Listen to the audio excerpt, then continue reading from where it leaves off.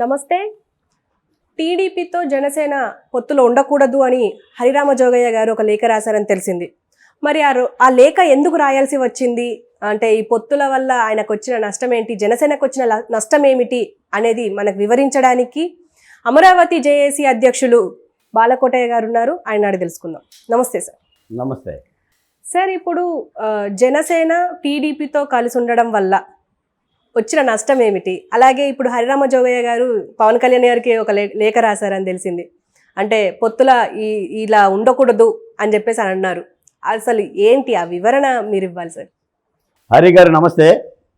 హరిరామ జోగయ్య గారు నా బంధువు కాదులే, కానీ లేఖ నాకు రాస్తే నేను చెప్పేవాడిని సమాధానం. ఓకే. అంటే ఒక పవిత్రమైన యజ్ఞం జరుగుతున్నప్పుడు ఇలాంటి చిన్న చిన్న రాళ్ళు వేసే ప్రయత్నాలు జరుగుతూ ఉంటాయి. హరిరామ జోగయ్య గారికి మాత్రం రాష్ట్రం గురించి ఏం తెలుసు?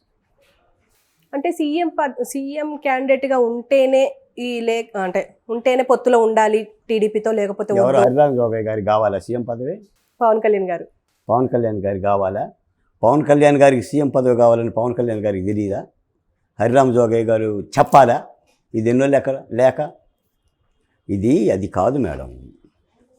రాష్ట్రంలో పరిస్థితులు ఎలా ఉన్నాయి, ప్రజలకు బాధ్యత పడాల్సిన రాజకీయ పార్టీలు ఎలా ఉండాలి, ఏం కావాలి కాదు, రాజకీయ పార్టీలకి ఎలా ఉండాలి, ప్రజలకి ఎలా భద్రత కల్పించాలి, అలా భద్రత కల్పించే రాజకీయ పార్టీలు 10 కాలాల పాటు బతుకుతాయి. లేకపోతే మొగ్గలో పుట్టి మొగ్గలోనే అంతమవుతాయి. ఇప్పుడు ఆంధ్రప్రదేశ్ పరిస్థితి వేరు. ఇప్పుడు జనసేన తెలుగుదేశం పార్టీ పొత్తు పెట్టుకుంటుందని సాక్షాత్తు పవన్ కళ్యాణ్ గారే రాజమండ్రి సెంట్రల్ జైలు దగ్గర వెళ్ళి చంద్రబాబు నాయుడు గారిని కలిసి జైలు గోడల మధ్య బయటకు వచ్చి 600 ఈ రాష్ట్రంలో ప్రభుత్వ వ్యతిరేక ఓటు చేయకూడదు, కలిసికట్టుగా మేము వెళ్లాల్సిందే, వెళ్తాం అని ప్రకటించారు. ఇంకా అభ్యంతరం ఏముంది మేడం?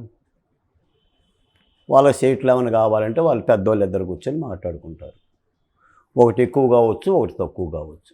మధ్య నేను లేఖ రాసి, మీరు ఒక లేఖ ఇచ్చి, మీ కోరిక చెప్పి, నా కోరిక చెప్పి, ఇప్పుడు ఈ పొత్తు సక్సెస్ కోసం చేస్తున్నట్ట, మనం ఈ పొత్తుని చిట్టాలు చేద్దామని చెప్పి చేస్తున్నట్ట. మనం ఆలోచిద్దాం. మన పిల్లగాడికి పెళ్లి చేస్తున్నాం, మాట్లాడుకున్నాం, పెళ్ళికి వెళ్ళాలి, మధ్యన అది కావాలి, ఇది కావాలి అని అంటే అర్థం ఏంటి? వివాహం జరగాలనే వద్దనే? ఇవన్నీ ప్రజలకు తెలియదా? తెలుస్తుంది. ఇవన్నీ కూడా ఎవరో పట్టించుకోరు. కాకపోతే హరిరామ జోగయ్య గారు అనేది ఒక సామాజిక వర్గానికి సంబంధించిన ప్రతినిధి. ఆయనకు ఆంధ్రప్రదేశ్లో ఆయన సామాజిక వర్గం మేలు కావాలనేది ఆయన కోరిక. అలా ఎవరికైనా ఉంటుంది, నాకు ఉంటుంది. నా సామాజిక వర్గానికి మేలు కావాలని, నా సామాజిక వర్గం రాజ్యాధికారంలో భాగం కావాలని నాకు ఉంటుంది, మీకు ఉంటుంది. ప్రతి కులానికి గౌరవం ఉంటుంది, ప్రతి కులం అభివృద్ధి చెందాలని ఉంటుంది, ప్రతి కులాల యోగక్షేమాలు చూసుకోవాల్సిన బాధ్యత రాజకీయ ప్రతినిధులకు ఉంటుంది, ఆ రాజకీయ పార్టీలకు ఉంటుంది. ఈ హరిరామ జోగయ్య మూల నేను కాదు, కానీ తప్పనిసరిగా పొత్తు డిసైడ్ అయ్యింది, విఘ్నాలు లేకుండా ముందుకు పోవాలని చెప్పేసి అని మాలాంటి వాళ్ళం ఆశిస్తున్నాం.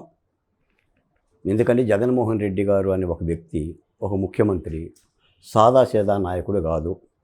ఏదో మనం ఒక చేతితో దోస్తే పడిపోయే పెట్ట కూడా కాదు, రెండో చేయి పెట్టినా కూడా పడిపోయే పెట్ట కూడా కాదు. జాగరూకతగా యుద్ధం చేయాలి. ఆయన దాదాపు 14 లక్షల ఓట్లను తీసేశాడు. 14 లక్షల ఓట్లను తీసేశాడు. 2,60,000 మంది వాలంటీర్ని సైన్యంలో పెట్టుకున్నాడు. కుటుంబానికి ఒక వాలంటీర్ని పెట్టి 50 మంది కుటుంబాల యొక్క జాబితా దగ్గర పెట్టుకున్నాడు. వాడు మస్తిష్కంలో ఎన్ని నరాలు ఉన్నాయో జగన్మోహన్ రెడ్డి గారికి తెలుసు. నరాలు ఎవడు ఓటేస్తాడో తెలుసు. కేంద్ర ప్రభుత్వం సహకారం ఉంది, రాజ్యాంగ వ్యవస్థలు చేతిలో ఉన్నాయి. నేనేం చెప్పింది కోర్టు? 144(41) నోటీస్ ఇవ్వకోకుండా ఒక ఎమ్మెల్యేని, ఎంపీని మీరు అరెస్టర్ చేస్తారయ్యా అని అంటూ ఇటువంటి అధికారుల మీద చర్యలు తీసుకుంటే కానీ పరిస్థితి సద్దుమణుగుతుంది, పరిస్థితి కంట్రోల్లోకి వస్తుంది అంటుంది న్యాయస్థానమే. చూడండి, అంటే పోలీసులు వాళ్ళ చట్టాలను వాళ్ళు కాలదొలుతున్నారు, పాటించటం లేదని. ఎందుకు చేస్తున్నారు అలా? ముఖ్యమంత్రే కారణం. మనం గతంలో చెప్పాం కదా, ఐపీఎస్ వైసీపీ అయిందని. ఐపీఎస్ లేదు ఆంధ్రప్రదేశ్లో, వైసీపీ ఉంది అని. పోలీసులు కద్దరు బట్టలు వేసుకోకుండా వైసీపీ బట్టలతో డ్యూటీలు చేస్తున్నారని పై స్థాయి వాళ్ళు కింది స్థాయి కానిస్టేబుల్ గురించి మాట్లాడట్లా. అందుకని ఇటువంటి తరుణంలో జరిగే ఎన్నికల ప్రక్రియ 60 రోజుల్లో ఎన్నికలు పెట్టుకొని శుభం పలకరా పెళ్లి కొడక అని చెప్పేసి అంటే ఏదో బలిగినట్టుగా, నేను బలికినా మీరు బలికినా ఎవరు బలికినా సరే ఆ మంచి కోసం దారి చేసే విధంగా చేసుకుంటే పొత్తులు ఉంటాయి. ఇంకా మేము ఒక మాట గురించి మేమైతే అమరావతి బహుజన్ జేఏసీగా తెలుగుదేశం జనసేన పొత్తే కాదు, కలవాల్సిన శక్తులు మొత్తం కలవాలని చెప్తున్నాం మేము. ఇంకా అక్కడ ఉన్నాయి పార్టీలు, సిపిఐ ఉంది, సిపిఎం ఉంది, భారతీయ జనతా పార్టీ ఉంది, కాంగ్రెస్ పార్టీ ఉంది, బీఎస్పీ ఉంది, నాలాంటి బహుజన కులాల జేఏసీలు ఉన్నాయి, ఉద్యమకారులు ఉన్నాయి, రైతు సంఘాలు ఉన్నాయి, విశాఖ స్టీల్ కార్మికులు ఉన్నారు. పార్టీలే పెట్టనక్కర్లా, జెండాలు గుర్తులే అక్కర్లా. ఉద్యమం చేయటానికను ప్రజలను చైతన్యవంతం చేయడానికి, ప్రభుత్వాన్ని మార్చడానికి ఉద్యమాలు వస్తాయి. మేము గతంలో కూడా చెప్పాం, కర్ణాటకలో మిథేల్ కర్ణాటక అని చెప్పి కర్ణాటక మేలుకు అనే పిలుపుతో 136 సంఘాలు పనిచేసినాయి. ఆ సంఘాల యొక్క ప్రభావం రీత్యా కర్ణాటకలో భారతీయ జనతా పార్టీ గద్దె దిగి కాంగ్రెస్ పార్టీకి వచ్చింది. మీ తెలంగాణలో కూడా ఎన్ని ప్రజా సంఘాలు లేవు, కేసీఆర్కి వ్యతిరేకంగా పనిచేసిన సంఘాలు. అందుకని ప్రజా ఉద్యమాలను ప్రతిపక్ష పార్టీలు కలుపుకొని ముందుకెళ్తే మంచి ఫలితాలు వస్తాయని చెప్పని నాడు చెప్పాం, నేడు చెప్తున్నాం. అందుకని ఒక జనసేన తెలుగుదేశం పార్టీగా కాకుండా మిగిలిన పక్షాలు కూడా ఆలోచించాల్సిన అవసరం ఉంది.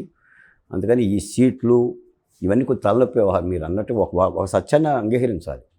ఇప్పుడు ఈ పొత్తుకుదురు కూడా 150 రోజులు అయింది. 150 రోజుల్లో రెండు పార్టీలు కూడా ఎవరికెన్ని సీట్లు అనేది ఆలస్యం అవుతుంది. దాని మూలాన కూడా ఏంటంటే వేరే వేరే లీకులు. అసలే ఆల్రెడీ అక్కడ వైసీపీ కూర్చొని ఉంది.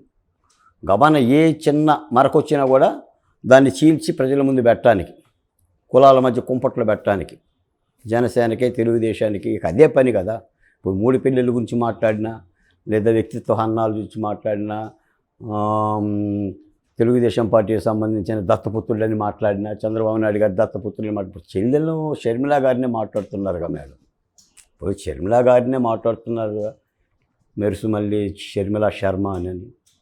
పాపం ఆ సునీతారెడ్డి షర్మిల గారు లేపేయండి అన్న ఓ పని అయిపోద్ది, రాజకీయాల్లో కలిసి వస్తుంది అని సోషల్ మీడియాలో పెడుతున్న పోస్టులు ఎంత బాధాకరం.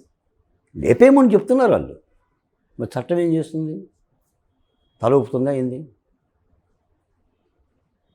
అక్కడ మొత్తం రాక్షస కాండ జరుగుతుంది ఆంధ్రప్రదేశ్లో.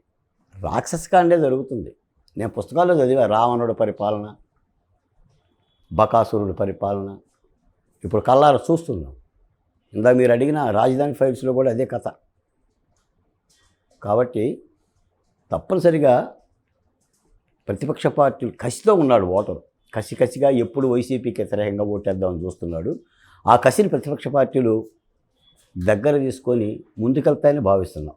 ఇలాంటి లేఖలు ఏమైనా రాసినా చేసినా కూడా ఇదేదో వాళ్ళు మాట్లాడుకోవటానికనో అధికార పార్టీ సోషల్ మీడియాకు ఉపయోగపడుతుంది తప్ప ఏం లేదు. ఇప్పుడు ఇందాక కూడా విన్నా, మన మాగంటి బాబు గారి దగ్గరికి ముద్రగడ పద్మనాభం గారు వెళ్తున్నారంట.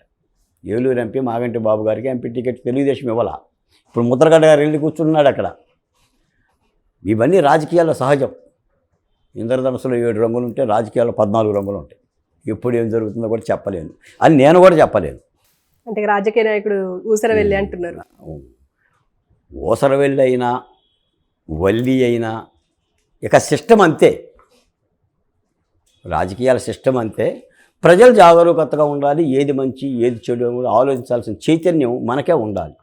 ఎందుకంటే ఆ మహానుభావుడు అంబేద్కర్ ఓటు అని ఒక ఆయుధం ఇచ్చాడు. 5 ఏళ్ళకు ఒకసారి వస్తుంది ఆ వజ్రాయుధం, రాతలు మార్చుకోవటానికి, తలరాతలు మార్చుకోవటానికి.